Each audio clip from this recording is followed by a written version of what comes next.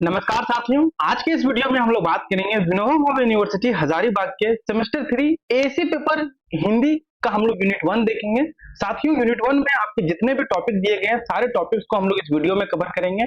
साथ ही सारे टॉपिक से रिलेटेड हम लोग ढेर सारे क्वेश्चन को भी करेंगे जो आपके एग्जाम में पूछे जाते हैं। साथियों, हमने सारे पीवाईक्यूज क्वेश्चन को भी मेंशन किया है जो आपके प्रीवियस सेशन के एग्जाम में पूछे गए हैं। तो चलिए हम लोग सेमेस्टर 3 सेशन 27-27 के एसी पेपर हिंदी का हम लोग इस वीडियो में यूनिट 1 को देखेंगे, मतलब कि इकाई 1 को देखेंगे। इसके बाद के वीडियोस में साथियों हम लोग यूनिट 2 को देखेंगे और उससे रिलेटेड हम लोग ढेर सारे क्वेश्चंस को भी करेंगे। इसके बाद साथियों और भी आगे आने वाले वीडियोस में हम आपको ढेर सारे इंपॉर्टेंट क्वेश्चन करवाएंगे जो आपके एग्जाम में एज इट इज पूछे जाते हैं। और आपको बता देते हैं साथियों कि आप एसी पेपर हिंदी में आपका इकाई 1 और इकाई 2 दो वीडियोस आएंगे। यदि आप इन सारे वीडियोस को अच्छे से देख लेते हैं, मतलब इन दो वीडियोस को अच्छे से देख लेते हैं, अच्छे से समझ लेते हैं और वीडियोस में जितने भी क्वेश्चन करवाएंगे उन सारे क्वेश्चनों को कर लेते हैं, तो इससे बाहर आपका एक भी प्रश्न एग्जाम में नहीं आने वाला है। क्योंकि साथियों हमने बहुत ही बारीकी से और बहुत ही अच्छे तरीके से इकाई 1 में जितने भी टॉपिक आपको दिए गए हैं सारे टॉपिक्स को एकदम कवर किए हैं बहुत ही सिंपल लैंग्वेज में, ताकि आपको अच्छे से समझ में आए और अच्छे से आप लिख सकें। तो चलिए साथियों, बिना टाइम को ज्यादा किए हम लोग एसी पेपर हिंदी का यूनिट 1 देखते हैं, मतलब इकाई 1 देखते हैं। और इसमें जितने भी टॉपिक्स पूछे गए हैं सारे टॉपिक्स को हम लोग पहले समझेंगे, इससे रिलेटेड हम लोग क्वेश्चंस करेंगे ताकि आपका जितना भी कंफ्यूजन होगा उन टॉपिक से रिलेटेड सारे कंफ्यूजन आपका एक ही बार में क्लियर हो जाए। तो चलिए साथियों देखते हैं। और साथियों आपको बता दें कि देखिए यहाँ पर थंबनेल में सेमेस्टर 3 सेशन 27-27 लिखा हुआ है। तो साथियों ये सेशन 27-27 के लिए तो इंपॉर्टेंट है ही, लेकिन यदि आप 24-28 सेशन से देख रहे हैं, 25-29 सेशन से देख रहे हैं, तो ये आपके लिए भी उतना ही इंपॉर्टेंट है जितना कि अभी सेमेस्टर 3 सेशन 27-27 के लिए इंपॉर्टेंट। तो ऐसा नहीं है कि ये सिर्फ 27-27 वाले स्टूडेंट्स के लिए है। यदि आप 24-28 सेशन से हैं, 25-29 सेशन से हैं, तो ये आपके लिए भी उतना ही इंपॉर्टेंट है जितना कि अभी सेशन 27-27 वाले स्टूडेंट्स के लिए। तो चलिए साथियों हम लोग एसी पेपर हिंदी का यूनिट 1 देखते हैं। लेकिन साथियों हम लोग सारे यूनिट्स को देखने से पहले हम लोग सिलेबस से रूबरू हो लेते हैं। जिन जिन भी विद्यार्थियों को सिलेबस पहले से मालूम है वे वीडियो को स्किप करके आगे बढ़ सकते हैं। हम चाहते हैं कि ये लेक्चर नंबर 1 है तो हम सिलेबस से शुरू करें, क्या आपको पढ़ने हैं, कितने मार्क्स के हैं, कितने मार्क्स में पास हो सकते हैं, इन सारी चीजों के बारे में। तो साथियों देखिए, जो आपका एसी पेपर हिंदी होने वाला है वो आपका 50 अंकों का होगा। कितने अंकों का होगा? 50 अंकों का, जिस प्रकार आपका सेमेस्टर 2 और सेमेस्टर 1 में हुआ था उस प्रकार। और पास करने के लिए साथियों आप लोग को 20 मार्क्स लाने अनिवार्य होंगे। लेकिन साथियों ये हम आपको गारंटी देते हैं कि यदि आप इन सारे प्रश्नों को और सारे जो टॉपिक्स दिए हैं इन सारे टॉपिक्स को अच्छे से समझ लीजिएगा तो आप फुल में फुल भी ला सकते हैं। तो चलिए इकाई 1 में जो आप लोगों को पढ़ना है साथियों वह है पत्र लेखन, जिसमें पढ़ना है साथियों औपचारिक और अनौपचारिक ज्ञापन, निबंध, पल्लवन, संक्षेपण, ये सारी चीजें पढ़ना है। इकाई 2 में जो पढ़ना है साथियों वह है लिंग निर्णय, मुहावरे, पर्यायवाची शब्द, अन्य शब्दों के बदले एक शब्द, कर्ता के ने चिन्ह का प्रयोग और वाक्य संशोधन, ये सारी चीजें पढ़ने हैं।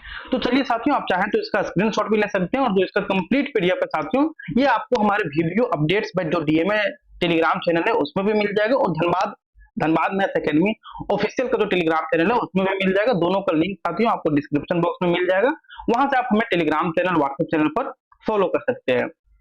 तो चलिए हम लोग इकाई 1 को देखेंगे जो कि पत्र लेखन है, औपचारिक, अनौपचारिक, ज्ञापन, पल्लवन, संक्षेपण, ये सारी चीजों के बारे में। तो साथियों आपका इकाई 1 का जो पहला जो टॉपिक है वह है पत्र लेखन, जिसमें हम लोग पढ़ेंगे औपचारिक और अनौपचारिक, ज्ञापन, फिर संक्षेपण, पल्लवन, ये सारी चीजों के बारे में पढ़ेंगे। साथियों आप बचपन से ही पढ़ते आ रहे हैं पत्र लेखन क्या है, लेकिन ऐसे आप डिफाइन कैसे कीजिएगा? अब तो बोलिएगा सर पत्र लेखन तो हम लोग इतने सालों से पढ़ते आ रहे तो ये तो कर लेंगे हम लोग, लेकिन आप इसे आप एक पल के लिए नहीं देखिए और आप सोचिए कि इसको आप डिफाइन किस तरह कीजिएगा। मान लिया जाए कि 1 या 2 मार्क्स में आपको पत्र लेखन डिफाइन करने के लिए आ जाए तो किस प्रकार से डिफाइन कीजिएगा? पत्र लेखन होता क्या है आपको पूछ लिए कि पत्र लेखन से आप क्या समझते हैं, तो सब डिफाइन किस तरह कीजिएगा? साथियों पत्र लेखन क्या है? पत्र लेखन एक प्रकार का संवाद होता है जो किसी बात को लिखकर किसी व्यक्ति या संस्था तक पहुंचाने का माध्यम होता है। पत्र लेखन क्या होता है साथियों? एक प्रकार का संवाद होता है जो किसी बात को लिखकर या किसी व्यक्ति या संस्था तक पहुंचाने का माध्यम होता है। यह 2 प्रकार का होता है साथियों। पहला है साथियों औपचारिक पत्र, जिसे हम लोग इंग्लिश में बोलते हैं फॉर्मल लेटर्स। ये क्या है साथियों? साथियों ऐसे पद जो किसी सरकारी, व्यावसायिक या आधिकारिक कार्य से संबंधित होते हैं उन्हें हम औपचारिक पत्र कहते हैं। औपचारिक पत्र क्या होते हैं साथियों? ऐसे पत्र जो किसी सरकारी, व्यावसायिक या आधिकारिक कार्य से संबंधित होते हैं हम उन्हें औपचारिक पत्र कहते हैं। इनका जो भाषा होता है साथियों, जो इनका भाषा शैली होता है वह शिष्ट, स्पष्ट और उद्देश्यपूर्ण होता है। आइए कुछ प्रमुख उदाहरण हम लोग देखते हैं औपचारिक पत्र के। पहला है साथियों वह है प्रधानाचार्य को छुट्टी के लिए पत्र हो गया, ये भी आपका औपचारिक पत्र हो गया। नगर निगम को सफाई की शिकायत पत्र लिखना होती है, औपचारिक पत्र के अंतर्गत आते हैं। किसी नौकरी के लिए आवेदन पत्र हो तो ये भी औपचारिक पत्र के अंतर्गत आते हैं। बिजली बिल की शिकायत हेतु पत्र, ये सारी चीजें साथियों आपके औपचारिक पत्र के अंदर आते हैं। तो अब समझ गए कि पत्र लेखन क्या है। इसके बाद औपचारिक पत्र क्या है? ऐसे पत्र जो किसी सरकारी या फिर व्यावसायिक या आधिकारिक कार्य से संबंधित चीजों के लिए हम लोग लिखते हैं तो उसे हम लोग साथियों औपचारिक पत्र कहते हैं। जो इनका भाषा होता है साथियों वह, जो इनका भाषा शैली होता है वह शिष्ट होती है, स्पष्ट होती है और उद्देश्यपूर्ण होता है। हमने यहाँ पर कुछ प्रमुख उदाहरण भी देखे, जैसे प्रधानाचार्य को छुट्टी के लिए पत्र लिखना हो, नगर निगम को सफाई की शिकायत का पत्र लिखना हो, या फिर किसी नौकरी के लिए आवेदन पत्र लिखना हो, ये सारी चीजें। आइए साथियों हम लोग औपचारिक पत्र का प्रारूप देखते हैं। प्रारूप देखते हैं कहने का मतलब है साथियों कि इसका फॉर्मेट, मान लीजिए जाए कि आप लोग को एग्जाम में बोल दिया जाए कि सफाई अभियान के लिए आप पत्र लिखिए, आवेदन पत्र लिखिए, तो आप तो लिख तो लीजिएगा लेकिन इसका फॉर्मेट क्या है? आप इसे सेमेस्टर 1 और 2 में भी पढ़े होंगे। जो विद्यार्थी सेमेस्टर 1 में यदि हिंदी लिए होंगे तो वे वहां भी पढ़े होंगे, सेमेस्टर 2 में लिए होंगे तो वहां भी पढ़े होंगे। लेकिन आप एक बार और भी अच्छे से समझ लीजिए क्योंकि साथियों ये आपका सेमेस्टर 3 है। आप इस सेमेस्टर में मजाक नहीं कीजिएगा, अन्यथा इस सेमेस्टर में साथियों खासकर वैसे स्टूडेंट जो सेमेस्टर 1 में भी प्रमोट हुए हैं, 2 में भी प्रमोट हुए हैं, कृपया आप सेमेस्टर 3 में मजाक नहीं कीजिएगा क्योंकि साथियों इसके बाद आपका सेशन बैक भी लग सकता है। तो इसलिए आप अच्छे से समझिए। हम आगे आने वाले वीडियोज में साथियों आपका एएससी पेपर इंग्लिश हो गया, एमडीसी पेपर हो गया, सेक पेपर हो गया, माइनर पेपर हो गया और मेजर पेपर के लिए कुछ कुछ इंपॉर्टेंट क्वेश्चन साझा करेंगे। तो आप इस चैनल को सब्सक्राइब करके रखें, हम आपको यहाँ पर सारे क्वेश्चनों को बताएंगे, पीडीएफ को टेलीग्राम चैनल पर साझा करेंगे, तो इन सारी चीजों के बारे में। तो आगे साथियों हम लोग औपचारिक पत्र का प्रारूप देखते हैं। सबसे पहले क्या होता है साथियों औपचारिक पत्र का प्रारूप, मतलब इसका फॉर्मेट क्या होता है? सबसे पहले साथियों प्रेषक का पता। आप बोलिएगा प्रेषक का पता क्या होता है? मतलब आपका पता, आप लिख रहे हैं ना, मतलब भेजने वाला का पता होता है साथियों प्रेषक का पता। इसके बाद आप डेट लिखिए, तिथि, जैसे 16 मई है आज, तो 16 मई 2025 जब हम वीडियो बना रहे हैं साथियों तो ये 16 मई है, तो इसलिए हमने यहाँ पर 16 मई मेंशन किया है। इसके बाद साथियों आप प्राप्तकर्ता का पदनाम लिखें, संस्थान का नाम लिखें और स्थान का नाम लिखें। इसके बाद आप विषय, जिस भी विषय में आपको बोला गया उस विषय को यहाँ पे लिखें।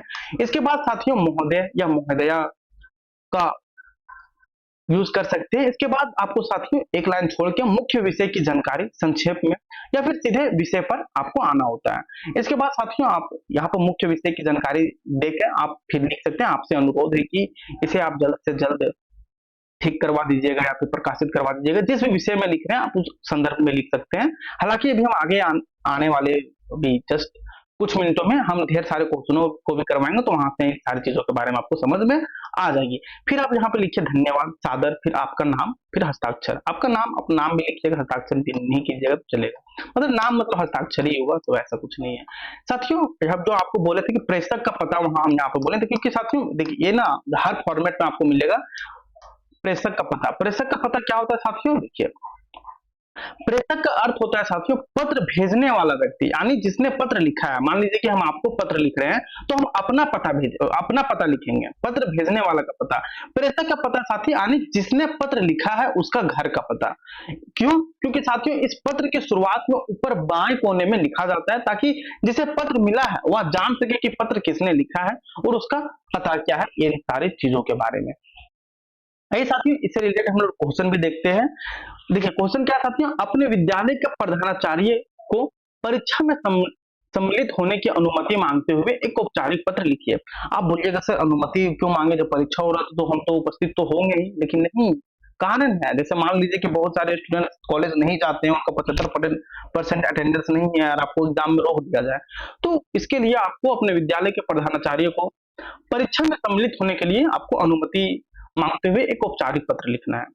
देखिए हर बार जरूरी नहीं कि आपको वहां पर औपचारिक लिखा हुआ बस बोल दिया जाए कि आवेदन पत्र लिखिए, मतलब कि मतलब सरकारी काम के लिए आप लिख रहे हैं तो मतलब क्या औपचारिक पत्र लिख रहे हैं। तो सबसे पहले क्या कीजिएगा साथियों, प्रेषक का पता मतलब अपना पता दीजिए।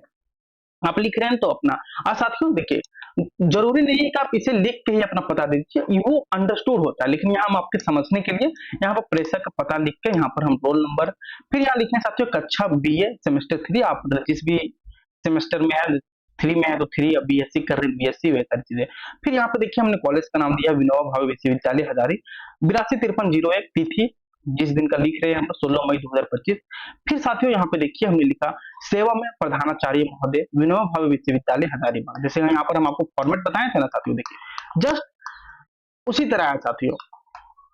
प्राप्तकर्ता का पदनाम हमने स्थान संस्थान का नाम लिखा, स्थान का नाम लिखा, देखिए उसी प्रकार यहाँ पर आप देखिए प्रेषक का पता हमने यहाँ पर लिखा अपना पता, कक्षा बीए सेमेस्टर 3 यहाँ पर फिर देखिए सेवा में जिसे हम लिख रहे हैं सेवा में प्रधानाचार्य महोदय विनोबा भावे विश्वविद्यालय हजारीबाग 825301। फिर हमने यहाँ पर विषय लिखा, विषय क्या कहते हो कि परीक्षा में सम्मिलित होने की अनुमति के संबंध में महोदय, फिर आप यहाँ से अपना मुख्य बातें प्रधानाचार्य को बोलिए।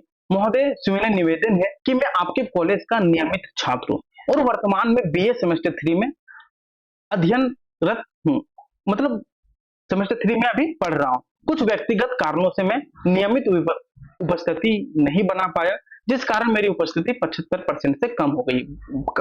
मतलब लगभग कॉलेज में क्या होती है साथियों कि आपको 75% अटेंडेंस कंपलसरी होता है। तो वही है कि सुविनय निवेदन है कि मैं आपके कॉलेज का नियमित छात्र हूँ और वर्तमान में बीए सेमेस्टर 3 में अध्ययनरत हूँ। कुछ व्यक्तिगत कारणों से मैं नियमित उपस्थिति नहीं बना पाया, जिस कारण मेरी उपस्थिति 75% से कम हो गई है। इसके बाद आप लिखिए साथियों मैंने पूरे सिलेबस की पढ़ाई कर ली है और परीक्षा में सम्मिलित होकर अच्छा प्रदर्शन करना चाहता हूँ। अंततः आपसे विनम्र निवेदन है कि कृपया मुझे आगामी परीक्षा में सम्मिलित होने की अनुमति प्रदान करें, आपकी कृपा होगी। इसके बाद आप धन्यवाद लिखें, सादर आपका नाम आप लिख रहे हैं, आपका नाम आपका जो भी नाम है XYZ, फिर रोल नंबर और फिर अपना हस्ताक्षर दीजिए यहाँ पर। इसके बाद साथियों एक और है क्वेश्चन नंबर 2, इसी से औपचारिक पत्र चाहिए कि नगर निगम को अपने मोहल्ले में साफ सफाई की खराब व्यवस्था की शिकायत करते हुए एक पत्र लिखिए। तो देखिए हमने यहाँ पर लिखा है प्रेषक का पता गली, देखिए साथियों ये देखिए ये अंडरस्टूड होता है, आप चाहें तो इसे लिख के आप पता लिख सकते हैं या फिर डायरेक्ट आप यहाँ से चालू कर सकते हैं, तो ऐसा कुछ नहीं है। तो यहाँ पे देखिए गली संख्या 4 शिवपुरी मोहल्ला Barhi road Hazaribagh 825301 pin code है ये, तिथि 16 मई 2025, सेवा में आयुक्त महोदय नगर निगम कार्यालय हजारीबाग। फिर हमने यहाँ पर साथियों देखिए विषय लिखना है आपको, विषय किस बारे में था, साफ सफाई के बारे में था, तो वही है कि मोहल्ले में सफाई व्यवस्था की शिकायत के संबंध में। देखिए साथियों आपको विषय ना बहुत ही सटीक और बहुत ही छोटा चूज करना होगा ताकि विषय से जो ये आवेदन पढ़ेंगे उन्हें लगना चाहिए कि आप किस संबंध में लिख रहे हैं।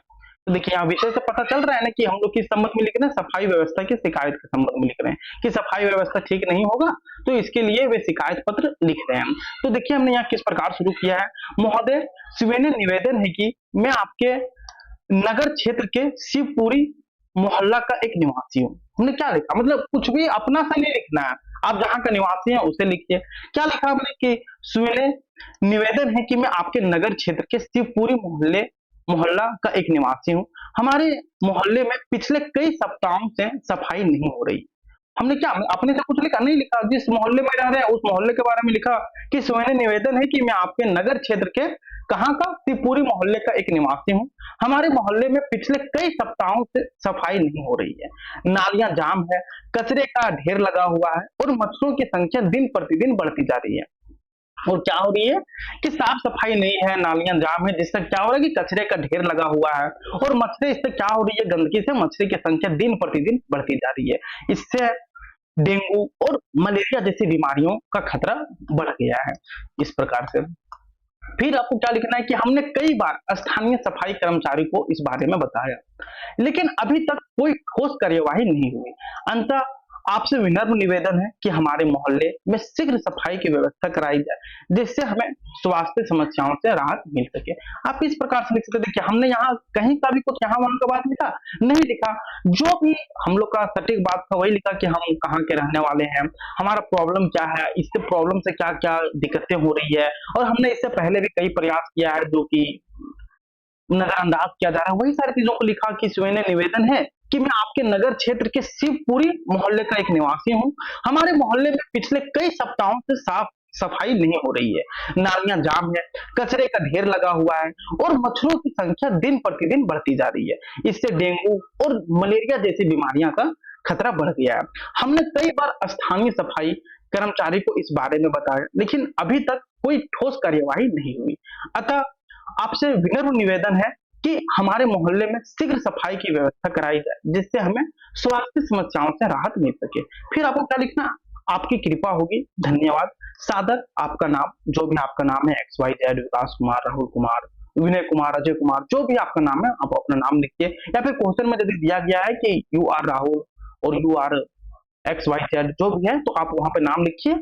और यदि नहीं दिया होगा क्वेश्चन में तो आप एक्स वाई जेड करके या फिर अपना नाम लिख सकते हैं। और यदि लिख सकते हैं संपर्क नंबर, यदि आवश्यक हो तो, नहीं हो तो फिर कोई जरूरी नहीं है। फिर आप यहाँ पर अपना नाम या फिर हस्ताक्षर लिख सकते हैं। हस्ताक्षर मतलब अपना नाम ही। इसके बाद साथियों पत्र लेखन में और है अनौपचारिक पत्र। ये क्या होता है साथियों, हम लोग औपचारिक पत्र देख रहे हैं, अनौपचारिक पत्र जस्ट इसका उल्टा। साथियों अनौपचारिक पत्र क्या होता है, ऐसे पत्र जो हम लोग अपने दोस्तों को, रिश्तेदारों को या अपने जानकारों को लिखे जाते हैं, उन्हें हम लोग अनौपचारिक पत्र कहते हैं। इनमें भावनाएं, आत्मीयता और व्यक्तिगत बातें होती है। हालांकि व्हाट्सएप और इंस्टाग्राम आ जाने से ये सारी चीजें थोड़ी थोड़ी कम हो रही, थोड़ी तो मतलब कि ये मतलब लगभग खत्म ही हो गई है। लेकिन ये सारी चीजें हम लोग को पढ़नी है, क्योंकि पहले तो जब इन सारे डिजिटल युग का जमाना नहीं था तो हम लोग अनौपचारिक पत्र का बहुत उपयोग करते थे। चाहे मित्र को जन्मदिन की शुभकामना देना हो, चाहे माँ को पढ़ाई के बारे में बताना हो, चाहे भाई की छुट्टियों में घूमने के लिए उसे बुलाना हो, या फिर अपने बारे में कुछ बताना हो, जब मतलब इस डिजिटल और इंटरनेट का दुनिया नहीं था उस टाइम। तो अनौपचारिक पत्र क्या है साथियों, ऐसे पत्र होते हैं जो हम लोग अपने दोस्तों को, रिश्तेदारों को या अपने जानकारों को लिखे जाते हैं, हम लोग उन्हें अनौपचारिक पत्र कहते हैं। इनमें भावनाएं, आत्मीयता और व्यक्तिगत बातें होती है। जैसे प्रमुख उदाहरण कुछ है साथियों, जैसे मित्र को जन्मदिन की शुभकामना का पत्र हो, चाहे माँ को पढ़ाई के बारे में पत्र हो, चाहे भाई को छुट्टियों में घूमने के लिए पत्र हो, पापा को अपने पढ़ाई से रिलेटेड कुछ बताने का पत्र हो, तो ये सारी चीजें साथियों हम लोग अनौपचारिक पत्र में लिखते हैं। इसके बाद साथियों अनौपचारिक पत्र का प्रारूप, मतलब प्रारूप करें मतलब तो फॉर्मेट, जिस प्रकार हम लोग औपचारिक पत्र का प्रारूप देखें, इसका फॉर्मेट देखें, उस प्रकार हम लोग अनौपचारिक पत्र का भी प्रारूप देखेंगे कि इसका प्रारूप क्या होता है, इसका फॉर्मेट क्या होता है। मान लिया जाए कि आपके एग्जाम में पूछ लिया जाए कि आप अपने भाई को छुट्टियों में घूमने के लिए आप पत्र लिखिए, तो आप किस प्रकार से लिख सकते हैं। मतलब आप लिख तो सकते हैं, लेकिन उसका फॉर्मेट क्या है, क्योंकि साथियों ये आपका पत्र लेखन हो के, इसमें आप किस तरीके से लिख रहे हैं, किस वे से लिख रहे हैं, आप फॉर्मेट में लिख रहे हैं कि नहीं, इन्हीं सारी चीजों का आपको नंबर मिलता है। तो सबसे पहले जैसे औपचारिक पत्र के जैसा ही आपको इसमें प्रेषक का पता, मतलब अपना पता लिखना है, फिर तिथि लिखना है जिस दिन में लिख रहे हैं, फिर प्रिय, प्रिय भाई, प्रिय अमीर, प्रिय आकाश, इस प्रकार से आप लिख सकते हैं। इसके बाद आप इस प्रकार से चालू कर सकते हैं कि नमस्ते, आशा है कि तुम स्वस्थ और खुश होगे। फिर यहाँ पर आप मुख्य बातें करें, जिस बारे में आप उनसे बात करना चाहते हैं उन सारे बातों को यहाँ पे लिखें। अब यहाँ पे लिखिए कि अब लिखना समाप्त करता हूँ, जल्दी पत्र लिखना, मतलब उनसे आप बोलिए कि आप जल्दी पत्र लिखना, मैं लिखना समाप्त करता हूँ। आइए इससे हम लोग एक क्वेश्चन भी देख लेते हैं। फिर आप लास्ट में लिखिए आपका प्रिय और फिर आपका नाम। आइए देखते हैं साथियों ये क्वेश्चन हम लोग। अपने मित्र को छुट्टियों में घूमने के अनुभव के बारे में एक अनौपचारिक पत्र लिखिए। तो सबसे पहले हम लोग क्या करेंगे, प्रेषक का पता, मतलब गली नंबर 7, सुभाष नगर, रांची, तिथि 16 मई 2025। किसे लिख रहे हैं, अमित को लिख रहे हैं, प्रिय अमित, नमस्ते, आशा है कि तुम स्वस्थ और मस्त होगे।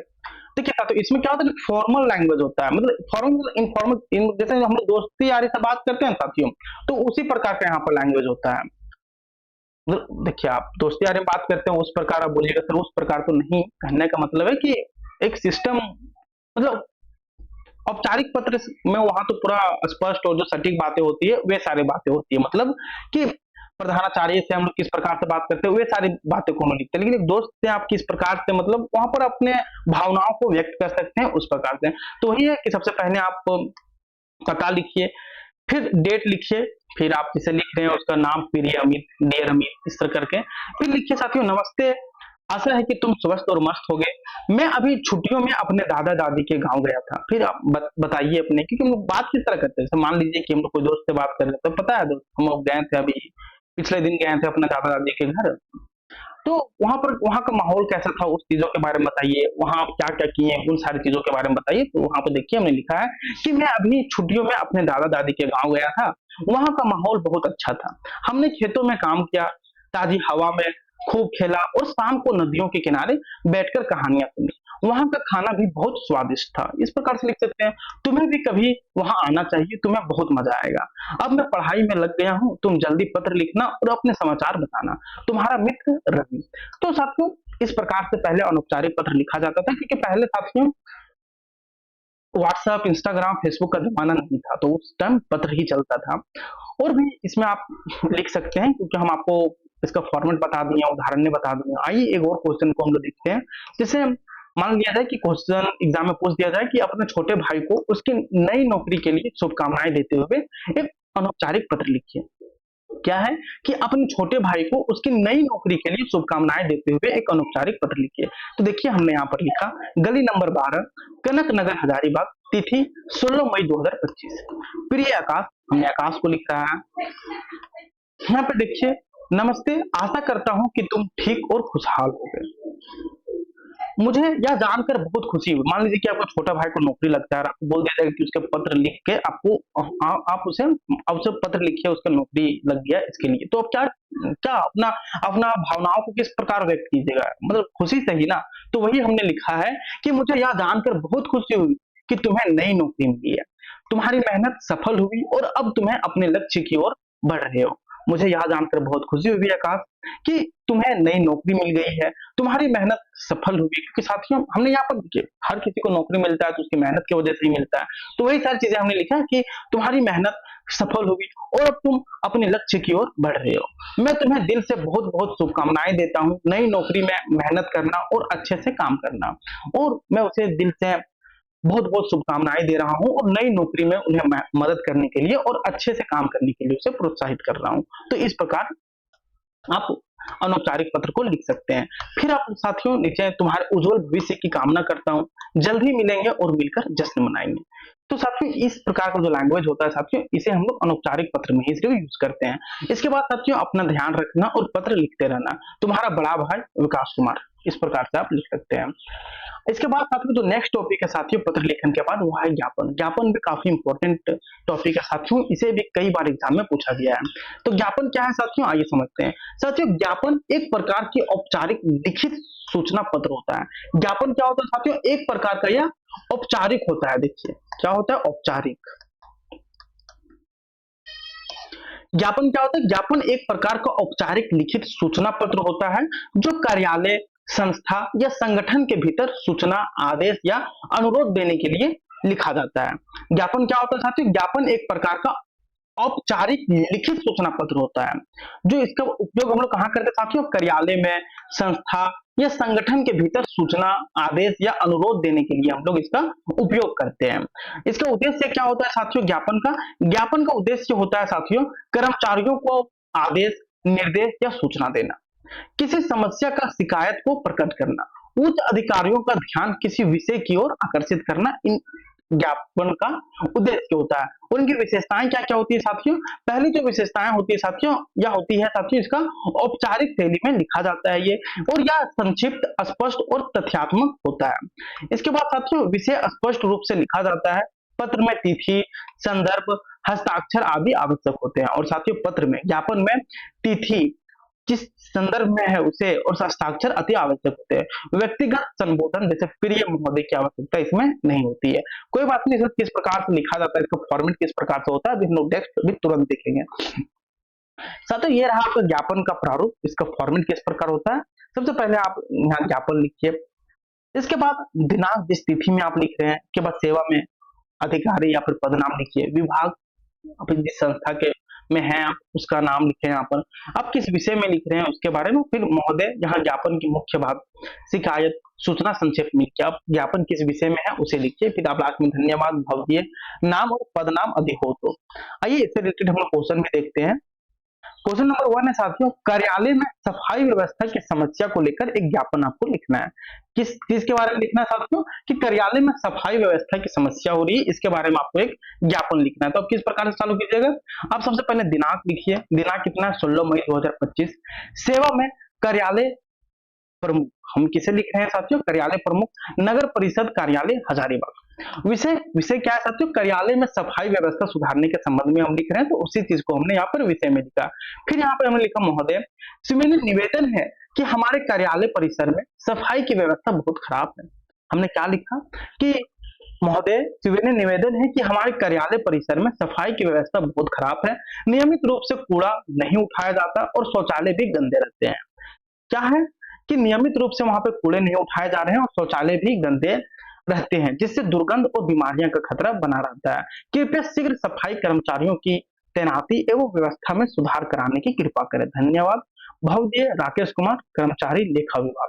इस प्रकार से इसी प्रकार देखिए साथियों ज्ञापन, देखिए साथियों आपके एग्जाम में इसी प्रकार प्रश्न आते हैं, क्योंकि आप सेमेस्टर 3 चल गए तो आपको डेफिनेशन लिखने तो आएंगे नहीं, आएगा कि आप इस चीज में ज्ञापन लिख के कर्मचारियों को बताएं कि ऐसा ऐसा है, कोई टाइम से नहीं आ रहा है, टाइम से नहीं आने पर क्या पेनल्टीज लग सकती है, ये सारी चीजों के बारे में। क्वेश्चन नंबर 2 है साथियों, कार्यालय में पेयजल मतलब कि पीने का पानी की समस्या को लेकर ज्ञापन आपको लिखना है। तो इसी प्रकार लिखना है कि जिस तारीख को लिख रहे हैं 16 मई, जैसे हम लिख रहे हैं 16 मई 2025, अब जिस डेट को लिख रहे हैं, जिस डेट को आपको एग्जाम में है, आप उसे लिखिए। इसके बाद साथियों, सेवा में कार्यालय अधीक्षक, राज्य ग्रामीण विकास विभाग हजारीबाग। विषय विषय क्या है, कार्यालय में पेयजल की समस्या के समाधान हेतु ज्ञापन। महोदय सुविनय निवेदन है कि विगत कुछ दिनों से कार्यालय परिसर में पीने के पानी की उचित व्यवस्था नहीं है। हमने क्या लिखा साथियों, कि सुविनय निवेदन है कि विगत कुछ दिनों में, मतलब बीते कुछ दिनों से कार्यालय परिसर में पीने के पानी की उचित व्यवस्था नहीं है, वाटर कूलर खराब है तथा अन्य कोई वैकल्पिक व्यवस्था भी नहीं है कि जिससे हम लोग पानी की समस्या को दूर कर सके। गर्मी के मौसम में यह स्थिति सभी कर्मचारियों के लिए असुविधाजनक है। आपसे अनुरोध है कि शीघ्र पीने के जल की उचित व्यवस्था कराई जाए। धन्यवाद भवदीय विकास सिंह, कार्यालय सहायक, यहाँ पद आप लिख सकते हैं। इसके बाद नेक्स्ट टॉपिक है साथियों, वह है निबंध लेखन। निबंध लेखन क्या होता है साथियों, निबंध एक प्रकार की रचनात्मक गद्य रचना है जिसमें किसी विषय पर अपने विचार, अनुभव, तर्क, जानकारी आदि को क्रमबद्ध और सुंदर ढंग से प्रस्तुत किया जाता है। क्या है साथियों निबंध क्या होता है, आइए देखते हैं। निबंध एक प्रकार की रचनात्मक गद्य रचना है जिसमें किसी विषय पर अपने विचार, अनुभव, तर्क, जानकारी आदि को क्रमबद्ध और सुंदर ढंग से प्रस्तुत किया जाता है। आइए बात करें साथियों निबंध के कुछ मुख्य भाग के बारे में। देखिए आपको बता देते हैं कि 1-2 मार्क्स में निबंध का परिभाषा लिखने के लिए आ सकता है, लेकिन आपको कोई टॉपिक दे दिया जाएगा उसमें आपको निबंध लिखना होगा, तो अभी हम आपको बताएंगे आगे। जैसे साथियों निबंध के कुछ मुख्य भाग जो होते हैं जो आपको निबंध लिखते वक्त इन सारी चीजों के बारे में आपको पता होना चाहिए। पहला जाती है भूमिका, मतलब विषय की पृष्ठभूमि, महत्व और विषय से जुड़ा सामान्य परिचय दें उसमें। इसके बाद विषय विकास, मतलब मुख्य भाग लिखे, विषय से जुड़ी जानकारी, तर्क, उदाहरण, तथ्य, ये सारी चीजों के बारे में लिखें। इसके बाद साथियों उपसंहार, विषय का सार, निष्कर्ष, लेखक की राय, इन सारी चीजों के बारे में आपको लिखना होता है।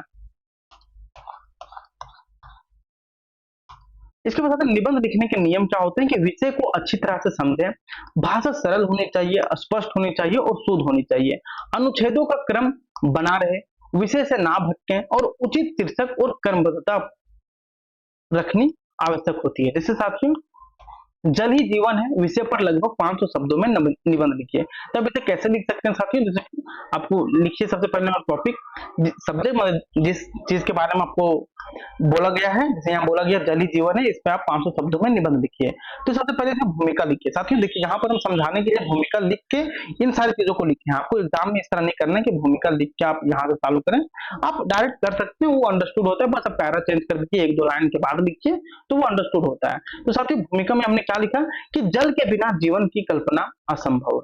यह एक प्राकृतिक संस्थान है जो सभी जीवों की मूलभूत आवश्यकता है। पेड़ पौधे पशु पक्षी और मनुष्य सभी को जीवन के लिए जल की आवश्यकता होती है, इसलिए कहा जाता है जल ही जीवन है। क्या लिखा था तुमने भूमिका में कि जल के बिना जीवन की कल्पना असंभव है। यह एक प्राकृतिक संस्थान है जो सभी जीवों की मूलभूत आवश्यकता है। पेड़ पौधे, पशु पक्षी और मनुष्य सभी को जीवन के लिए जल की आवश्यकता होती है, इसलिए कहा जाता है कि जल ही जीवन है। फिर यहाँ पर हम मुख्य भागे लिखे हैं, जैसे पृथ्वी का लगभग 3/4 भाग जल से ढका हुआ है, लेकिन उसमें से बहुत कम हिस्सा पीने योग्य है। जैसे क्या है कि पृथ्वी में लगभग 3/4 भाग जो है साथियों वह जल से ढका हुआ है, लेकिन इसमें से भी बहुत कम हिस्सा पीने योग्य है। नदियां, झीलें, झरने और भूजल पीने योग्य जल के प्रमुख स्रोत है। मनुष्य जल का उपयोग न केवल पीने में करता है, बल्कि खेती, उद्योग, खाना पकाने, साफ सफाई, बिजली उत्पादन आदि में भी करता है। आज के समय में जल संकट एक गंभीर समस्या बन चुकी है। बढ़ती जनसंख्या, औद्योगिकरण, अनियंत्रित दोहन और जल प्रदूषण की वजह से जल स्रोत धीरे धीरे समाप्त हो रहे हैं। कई स्थानों पर लोगों को पीने के पानी के लिए लंबी दूरी तय करनी पड़ती है। कुछ इलाकों में पानी की कमी के कारण सूखा और अकाल जैसे हालत बन जाते हैं। इसके बाद साथियों जल का महत्व समझते हुए हम इसे बचाने की दिशा में ठोस कदम उठाने चाहिए, मतलब अपनी समझदारी से निबंध लिख सकते हैं साथियों। इसके बाद आप लास्ट में उपसंहार लिखे, जल है तो जीवन है, केवल एक नारा नहीं बल्कि एक चेतावनी है। आप अपने से समझ के लिख सकते हैं इन सारी चीजों के बारे में। इसके बाद देखिए, इसके बाद साथियों नेक्स्ट जो टॉपिक है साथियों वह है पल्लवन।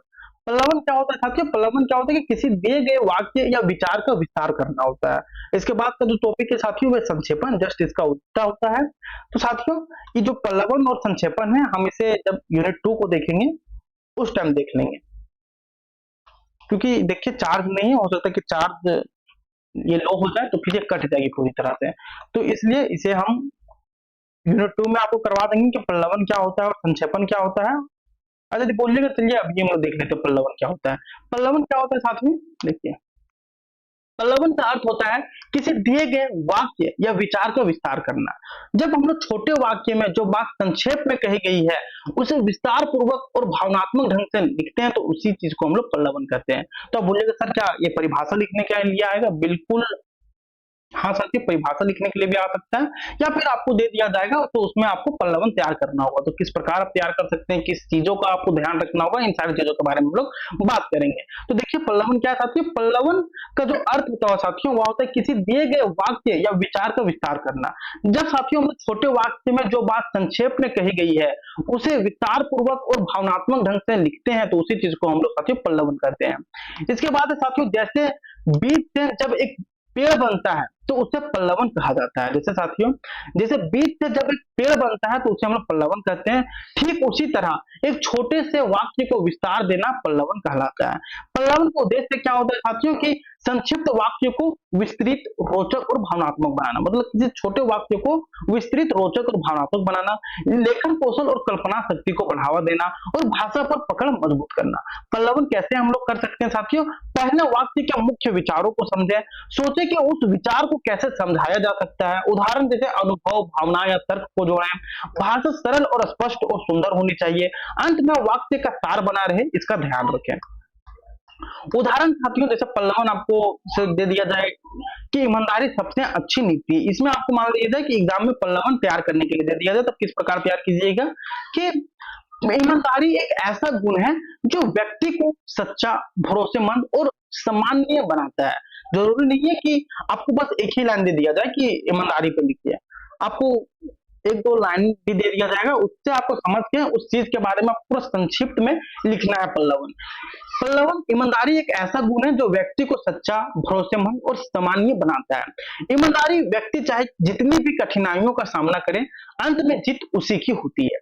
समाज में उसे प्रतिष्ठा मिलती है और लोग उस पर विश्वास करते हैं। आज के समय में जबकि लोग छोटी छोटी स्वार्थ के लिए झूठ बोलते हैं, ईमानदारी और भी मूल्यवान बन गई है। सच और ईमानदारी की राह कठिन जरूर होती है परंतु इसका फल हमेशा मीठा होता है। तो साथियों ये होता है पल्लवन कि आपको किसी भी कोई भी वाक्य दे दिया जाएगा उसमें आपको पल्लवन तैयार करना पड़ेगा, मतलब कि उसमें आपको संक्षिप्त में लिखना पड़ेगा, मतलब कि उसको मतलब तो विस्तार में आपको इसको लिखना पड़ेगा। और जो साथियों संक्षेपण होता है जस्ट इसका उल्टा होता है, आपको एक निबंध के जैसा दे दिया जाएगा, उसमें आपको मुख्य चीजों को छांटकर अपने शब्दों में लिखना है। तो आइए देखते हैं हम लोग संक्षेपण को। देखिए संक्षेपण क्या है साथियों, संक्षेपण का मतलब होता है किसी बड़े अनुच्छेद को छोटा करना। और हम लोग पल्लवन में क्या देखें कि किसी छोटे चीज को संक्षेप में लिखना। कई बार एग्जाम में संक्षेपण और पल्लवन का अंतर पूछा जाता है, तो इसलिए संक्षेपण का मतलब होता है किसी बड़े अनुच्छेद को छोटा करना, लेकिन उसका मुख्य अर्थ और भाव को बचाकर रखना। लेकिन ये चीज तो ध्यान रखा जाता है कि जिस चीज को आप छोटा करके लिख रहे हैं, जो उसका मुख्य अर्थ है, जो उसका मुख्य भाव है, उसे आप बचा कर रखें।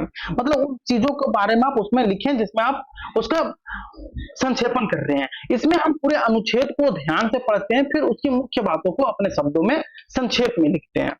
जैसे साथियों आप कई बार देखे होंगे कि जैसे कोई फिल्म का ट्रेलर पूरी फिल्म की झलक देता है, वैसे ही संक्षेपण पूरा लेख या अनुच्छेद का सार होता है। मतलब एक किसी बड़े सा किसी जानकारी का वो एक सार होता है जिसमें मुख्य बातों को लिखा जाता है। तो साथियों संक्षेपण का जो परिभाषा होता है वह होता है जब किसी बड़े गद्यांश को हम उसके मूल भाव को बनाए रखते हुए संक्षिप्त, स्पष्ट और अपने शब्दों में लिखा जाए तो उसे हम लोग संक्षेपण करते हैं।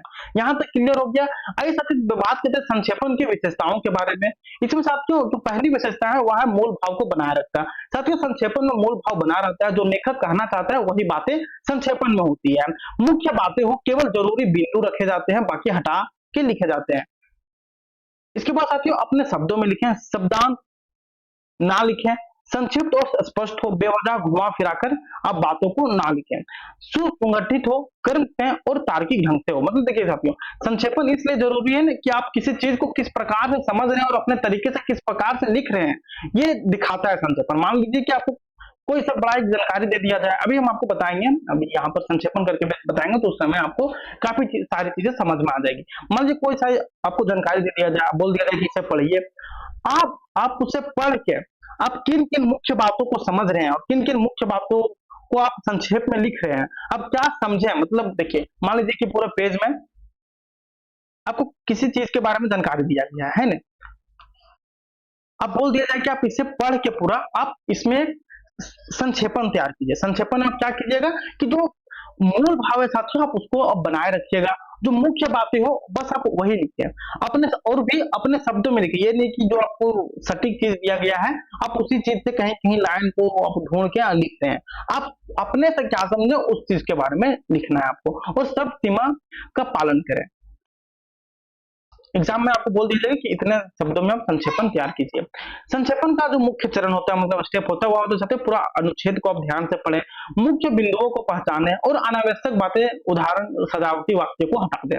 मुख्य बातों को अपने शब्दों में क्रमबद्ध लिखें। देखिए अपने शब्दों में लिख सकते कोई दिक्कत नहीं, लेकिन जो मुख्य जो मतलब आपके ओरिजिनल है साथियों उसका उद्देश्य क्या है, आप जो लिख रहे हैं उसका उद्देश्य मिलता है कि ये चीजें जरूरी है। इसके बाद शीर्षक दें और शब्द सीमा देखें। उदाहरण साथियों जैसे यहाँ पर संक्षेपण दिया गया है कि आज के युग में विज्ञान ने बहुत प्रगति कर ली है, विज्ञान के कारण ही मनुष्य ने चांद पर कदम रखा है और जब मंगल ग्रह पर भी पहुंचने की तैयारी कर रहा है। विज्ञान ने हमारे जीवन को आसान बना दिया है, बिजली, मोबाइल, इंटरनेट, वाहन, दवाइयां सब विज्ञान की देन है, लेकिन विज्ञान की दुरुपयोग भी हो रहा है। बम, मिसाइल, प्रदूषण, साइबर अपराध आदि इसके दुष्परिणाम है, अतः विज्ञान का उपयोग सोच समझकर करना चाहिए। तो ये आपका हो गया साथियों गद्यांश। आप इसमें आपको संक्षेपण बोल दिया जाएगा कि इसका संक्षेपण दिए, तो आप शीर्षक क्या कीजिएगा, विज्ञान, वरदान और अभिशाप। मतलब इससे हम पढ़ के वही ना समझ में आ रहा है कि क्या है ये। देखिए अंततः विज्ञान का उपयोग सोच समझ कर करना चाहिए, नहीं तो इसका दुरुपयोग हो रहा है जैसे बम, मिसाइल, ये सारे। तो वही हमने लिखा कि संक्षेपण, विज्ञान, वरदान या अभिशाप। साथियों फिर हमने जो इसका जो मूल जो विचार ये जो कहना चाहते हैं यही सारी बातों को हम ध्यान में रखकर संक्षेपण तैयार करेंगे। विज्ञान ने मनुष्य को सुविधा और प्रगति दी है, यह चांद और मंगल तक पहुंचाने में सक्षम है। विज्ञान के कारण हमारे जीवन में मोबाइल, वाहन और दवाइयां जैसी सुविधाएं हैं, परंतु इसका दुरुपयोग विनाशकारी हो सकता है, अतः इसका उपयोग समझदारी से होना चाहिए। आपको लगता है कि यहाँ पर हम कुछ ऐसा चीज लिखें जो मतलब अनावश्यक है? यहीं से हम लोग मुख्य चीजों को, जो मुख्य बातें हैं वही सारी चीजों को हम लोग साथियों एक संक्षिप्त में लिखें, मतलब एक छोटे से में लिखें। कि मान लीजिए संक्षेपण जनरली तैयार क्यों किया जाता है कि मान लीजिए कि बहुत बड़ा कोई गद्यांश है, उसे किसी के पास पढ़ने का टाइम नहीं है, तो वो बोल दिया कि इसका संक्षेपण तैयार कीजिए, तो इसमें मुख्य बातें हैं, बस आप हमको वही बताइए, उससे हम समझ जाएंगे। तो साथियों इसलिए संक्षेपण जरूरी हो जाता है। जैसे साथियों क्वेश्चन में आपके एग्जाम में आ सकता है कि संक्षेपण क्या है, इसका परिभाषा दीजिए और विशेषता क्या है। निम्न गद्यांश को संक्षेपण कीजिए, आपको वहां पर गद्यांश दिया जाएगा। संक्षेपण और प्रलवन में क्या अंतर है, इसके बारे में आपको बताना होगा। ये सारे इंपॉर्टेंट क्वेश्चन है साथियों। और साथियों ये था आपका इकाई वन का पूरा टॉपिक्स का क्वेश्चन। और साथियों हम नेक्स्ट वीडियो में बात करेंगे इकाई 2 में। इकाई 2 में आपको जितने भी टॉपिक्स पढ़ने हैं उन सारे टॉपिक्स को हम लोग अच्छे से समझेंगे, फिर उससे रिलेटेड हम लोग ढेर सारे क्वेश्चन को करेंगे। इकाई 2 है साथियों आपका, देखिए इकाई 2 में आप लोग को पढ़ने हैं साथियों, ये भी काफी इंटरेस्टिंग है। इसमें पढ़ना है आपको साथियों लिंग निर्णय, मुहावरे, पर्यायवाची शब्द, अनेक शब्दों के बदले एक शब्द, कर्ता के लिए चिन्ह का प्रयोग, वाक्य संशोधन, ये सारी चीजें पढ़ना है। काफी इंटरेस्टिंग है साथियों। हम आपको ढेर सारे पर्यायवाची शब्द करवाएंगे जो आपके सेमेस्टर 3 में पूछा जाएंगे। अनेक शब्दों के बदले एक शब्द करवाएंगे, कर्ता ने की चिन्ह, सारे चीजों का प्रयोग कहाँ होता है, वाक्य संशोधन क्या होता है, लिंग निर्णय क्या होता है, इन सारी चीजों को साथियों हम डिटेल में देखेंगे। तो साथियों ये था आपका ASC paper Hindi semester 3 session 27-27 के लिए और आगे भी भविष्य में आने वाले सभी सेशन के लिए इकाई 1 का पूरा सारांश। इससे बाहर आपको एक भी प्रश्न नहीं आएगा, क्योंकि साथियों इसमें हम सारे टॉपिक्स को कवर किए हैं, सारे टॉपिक से रिलेटेड हम लोग क्वेश्चन को देखे हैं। तो नेक्स्ट वीडियो में बात करेंगे हम लोग इकाई 2 के बारे में। और साथियों एक और जरूरी बात, यदि वीडियो आप लोग को अच्छी लगी हो तो वीडियो को लाइक करें, चैनल को सब्सक्राइब करें और अपने दोस्तों के साथ भी शेयर करें। और हमें नीचे कमेंट बॉक्स में जरूर बताएं कि और भी हम लोग किस सब्जेक्ट्स के इंपॉर्टेंट क्वेश्चन और वीडियोस लेकर आए। तो मिलते हैं नेक्स्ट वीडियो में। और इसके कंप्लीट पीडीएफ के लिए आप हमारे टेलीग्राम चैनल और व्हाट्सएप चैनल को ज्वाइन कर सकते हैं। हम वहां पर आपको आपकी यूनिवर्सिटी से रिलेटेड सारे अपडेट्स, स्टडी मटेरियल और पीडीएफ वहां पे साझा करते हैं। तो मिलते हैं नेक्स्ट वीडियो में, तब तक के लिए धन्यवाद और अच्छे से पढ़ाई करते रहिए।